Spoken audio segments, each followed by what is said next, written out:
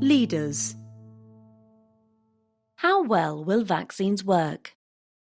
They will not simply eradicate COVID-19. Governments need to start thinking about how to live with the virus. Even miracles have their limits.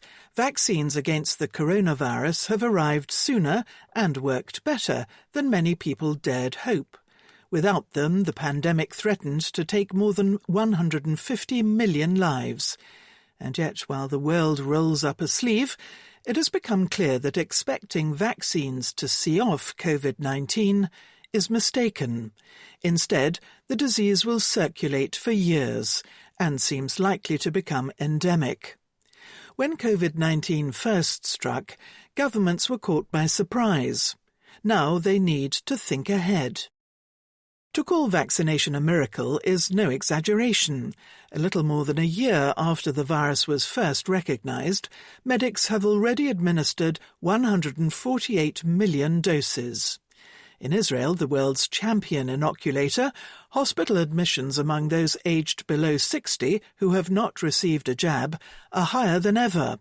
By contrast, among the largely inoculated over 60s, they are already nearly 40% below their mid-January peak, and they will fall further.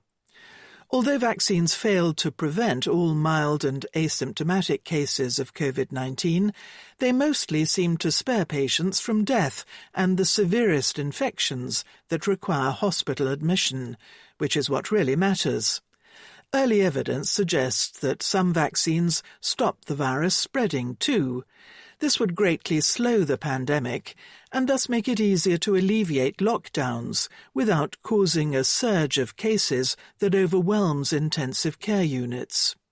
Those findings, and many more, will harden up over the next few months as more data emerge. However, despite all this good news, the coronavirus is not finished with humanity yet. COVID-19 will continue to circulate widely. There is a growing realization that the virus is likely to find a permanent home in humans, as The Jab, our new podcast which launches on February 15th, will explore. That has profound implications for how governments need to respond. One reason the coronavirus will persist is that making and distributing enough vaccine to protect the world's 7.8 billion people is a Herculean task. Even Britain, which is vaccinating the population at a faster rate than any other big country, will not finish with the over 50s until May. To add to the burden, the potency of a jab may fade, making boosters necessary. Outside the rich world, 85% of countries have yet to start their vaccination programs. Until the billions of people who live in them have felt the prick of a needle, which may not be before 2023, they will remain fuel for the virus. Another reason for COVID-19's persistence is that even as vaccines are making SARS-CoV-2 less infectious and protecting people against death, new viral variants are undoing some of their good work.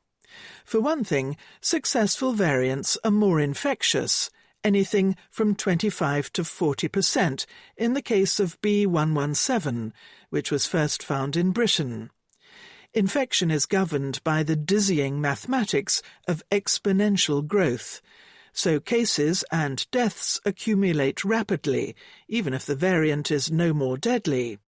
To get a given level of viral suppression, more onerous social distancing is needed.